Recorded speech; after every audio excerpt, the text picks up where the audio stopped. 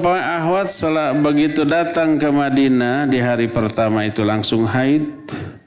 Pas ke Mekah mau umroh, tetaplah dia ihram di Bir Ali.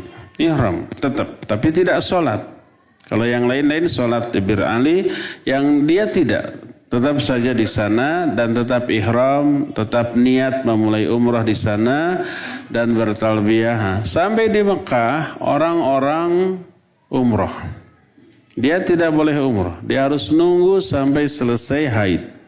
Ya, begitu selesai haid dia mandi besar lalu umrah. Dan selama dia belum umrah, seluruh larangan ihram berlaku. Dia tidak boleh gunting kuku, dia tidak boleh memotong rambut, dia tidak boleh memakai parfum dan yang lain-lainnya. Pokoknya seluruh larangan umrah masih berlaku sampai dia suci, mandi besar, lalu umrah. Itu kalau masih sempat, ya. Adapun kalau ini seperti kasus tadi, pas mau umrah itu hari pertama haid. Sampai di Mekah, sampai pulang juga tetap masih dalam keadaan haid. Saya banyak mendengar pengaduan dari jamaah yang lain.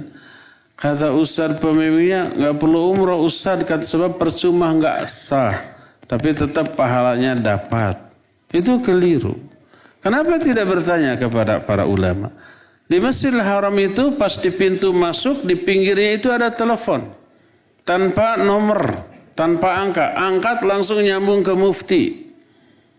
Tapi bahasa Arab. Kebetulan kita juga banyak kenal di sana. Ada ustadz-ustadz yang sekolah di sana. Ada juga para masyayikh yang kita ketahui. Kita tanya, kita telepon. Seluruhnya jawabannya sama. Ya, bahwa wanita yang haid dia harus menunda umrohnya sampai dia suci. Kalau ternyata sampai hari terakhir kepulangan masih belum suci, maka dia boleh melakukan umroh di hari terakhir keberadaan dia di Mekah. Lakukan seluruh yang dilakukan ketika umroh kecuali sholat. Jadi dia masuk ke Masjidil Haram langsung tawaf.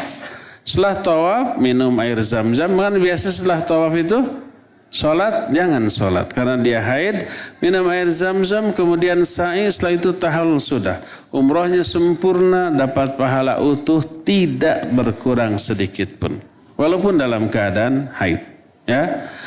Termasuk ketika umpamanya haji. Ketika haji, ada satu rukun haji yang namanya tawaf apa? Tawaf wada. Tawaf wada. Ternyata haid. Dan sebelum haid berakhir, dia harus pulang. Ya mungkin diperpanjang. Ya, tiketnya hangus. Nah, maka dia boleh melakukan tawaf ifadah itu di hari terakhir dia.